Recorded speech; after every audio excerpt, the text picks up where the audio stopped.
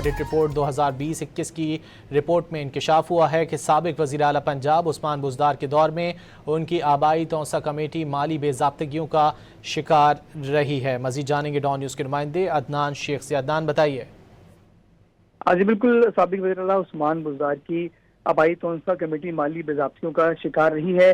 Audit report 2020-21 میں یہ انکشاف ہوا ہے اور مالی سال 2018-19 میں میونسپل کمیٹی توسیع نہ تو مقررہ بجٹ خرچ کر سکی اور نہ ہی مقامی ریونیو کا ہدف جو ہے وہ حاصل کر سکی ہے، جبکہ میونسپل کمیٹی توسیع ترقی کے لیے کسی قسم کی ٹھوس منصوبہ بندی کرنے میں بھی ناکام رہی۔ رپورٹ میں یہ بھی کہا گیا کہ میونسپل کمیٹی توسیع کو 662 ملین روپے کا ترقیاتی بجٹ فراہم کیا گیا تھا اور میونسپل کمیٹی توسیع نے جو ہے تقریباً 539 ملین روپے خرچ جو ہے وہ کر سکی ہے، جبکہ میونسپل کمیٹی توسیع 57 ملین کے ریونیو ہدف میں سے صرف 16 ملین روپے کا بھی جو ریونیو تھی وہ حاصل کر سکی۔